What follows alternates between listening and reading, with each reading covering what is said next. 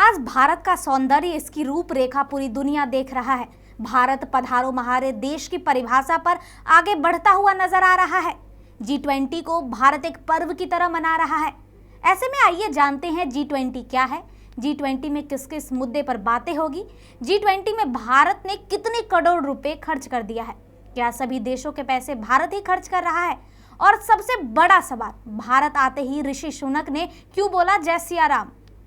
G20 जैसे ही यह नाम से ही पता चल रहा है कि G20 यानी 20 सदस्यों का समूह।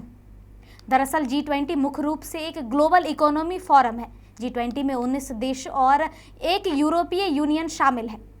हालांकि इसका गठन 1999 में किया गया था। G20 अंतर्राष्ट्रीय आर्थिक सहयोग का एक प्रमुख मंच है। यह मंच सभी प्रमुख अंतर्राष्ट्रीय आर्थिक मुद्दों पर वैश्विक वास्तुकला और शासन को आकार देने और उसे मजबूत करने में महत्वपूर्ण भूमिका निभाता है। जैसे कि आपको पता है, इस साल G20 की अध्यक्षता भारत कर रहा है, जिससे सभी देश के राष्ट्रपति, प्रधानमंत्री और मुख्य नेतागण भारत में इसकी बैठक कर रहे हैं और सब कुछ उत्साह के साथ भारत की संस्कृति, परंपरा और सौंदर्य का लुत्फ उठा रहे हैं।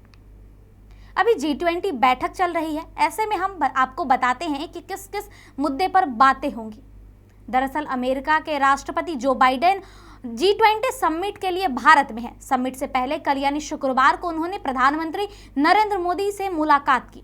दोनों नेताओं के बीच कई अहम मुद्दों पर बातचीत हुई, लिहाजा दोनों देशों के बीच संबंधों को बेहतर करने के लिए और क्या क्या कदम उठाए जा सकते हैं, इस बात पर जोर दिया गया।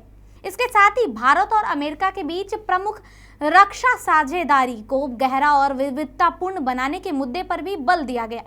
इसके अलावा दोनों ने डिफेंस, व्यापार, निवेश, शिक्षा, स्वास्थ्य, रिसर्च, इनोवेशन, कल्चर, दोनों देशों के लोगों के बीच पारस्परिक संबंधों में आपसी सहयोग की बातें की गई। साथ ही भारत ने चंद्रयान 3 की जो ऐतिहासिक सफलता हासिल की है, इसके लिए भी राष्ट्रपति बाइडेन ने प्रधानमंत्री मोदी के साथ साथ पूरे भारत के लोगों को बधाई दी। इस दौरान स्पेस को लेकर दोनों देशों के बीच सहयोग जारी है, उस पर भी प्रकाश डाला गया। बहरहाल G20 समिट में मुख्य तौर पर सभी देशों के डिफेंस, व्यापार, निवेश, शिक्षा, स्वास्थ्य, रिसर्च, इनोवेशन और कल्चर के मुद्दे पर भी बातें होंगी। अब आपको बताते हैं कि G20 ग्रुप में 19 देश शामिल हैं। वह कौन कौन से देश हैं? दरअसल इस ग्रुप में अर्जेंटीना, ऑस्ट्रेलिया, ब्राजील, कनाडा, चीन, France, Germany, Bharat, Indonesia, Italy, Japan, Republic of Korea, Mexico, रूस, सऊदी अरब, दक्षिण अफ्रीका, तुर्की, यूनाइटेड किंगडम और अमेरिका है। बहरहाल G20 अब तक की सबसे बड़ी उपलब्धि साल 2008 में हासिल की थी, जब आर्थिक संकट को मैनेज करना था। तब आर्थिक संकट को काबू करने के लिए समूह ने महत्वपूर्ण भूमिका निभाई थी। वहीं G20 ने IMF और वर्ल्ड बैंक में कुछ सार्थक बदलाव भी किए हैं। इसके गठन ने यह साबित कर दिया है कि दुनिया की आर्थिक व्यवस्था बहुत तेजी से बढ़ रहा है, जिसमें बदलाव हो रहा है। चलिए अब हम आपको बताते हैं कि G20 में भारत ने कितने करोड़ रुपए खर्च कर दिया है। दरअसल दिल्ली NCR को दुल्हन की तरह सजाया गया है। एयरपोर्ट से लेकर होटल के कार्यक्रम और कार्यक्रम स्थल, मंडप, भारत मंडपम तक रास्ते, चौराहे G20 की थीम से रंग दिया गया है। बहरहाल 29 देशों के नेताओं का जुटान में करीब 4254.75 करोड़ रुपए खर्च कर दिए गए। इतने खर्च करने पर जाहिर सी बात है सभी भारतीयों के मन में सवाल तो आया होगा, G20 की तैयारी के लिए इतना खर्च क्यों किया गया है? इस खर्चे का वहन कौन कर रहा है? आखिर इतना खर्चा करने के पीछे उद्देश्य क्या है?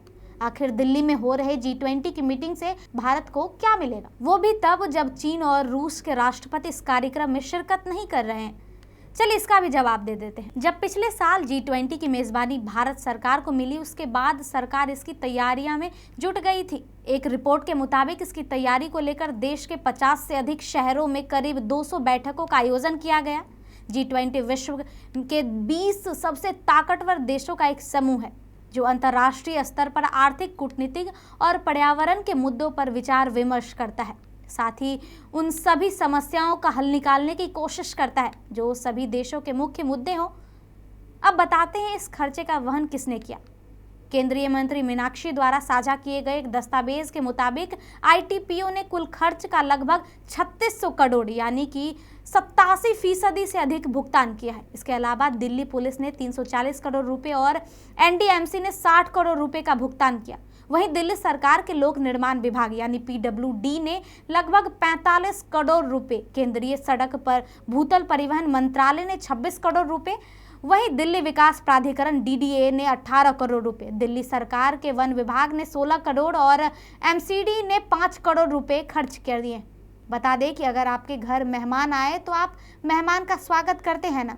अब सीधी सी बात है, अगर आपके घर मेहमान आते हैं तो आप उनका स्वागत करते हैं, आप उस गेस्ट से पैसे रुपए नहीं लेते हैं। ठीक उसी प्रकार सभी देश के मेहमान भारत आए हैं, ऐसे में उनका स्वागत भारत कर रहा है। अब एक नज़र ऋषि सुनक पर डालते हैं। ऋषि सुनक ने क्यों बोला जय सिया राम। बता दें कि ऋषि सुनक ब्रिटेन के प्रधानमंत्री जरूर हैं, लेकिन वह उससे पहले एक हिंदू हैं। वह हिंदू परिवार से आते हैं। वह सनातन धर्म को मानते हैं, सनातन धर्म के सभी पर्व को मनाते हैं, इसीलिए वह जय सिया राम बोल रहे थे।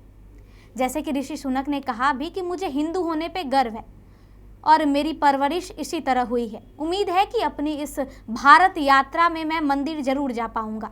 मुझे अपनी भारतीय जड़ों और भारत से संबंधों पर बेहद गर्व है। मेरी पत्नी भारतीय है और एक गौरवान्वित हिंदू होने के नाते मेरा भारत और भारत के लोगों से हमेशा जुड़ाव रहेगा। तो ये थी G20 से जुड़ी कुछ जानकारियाँ। आपको अच्छी लगी तो शेयर जरूर करें।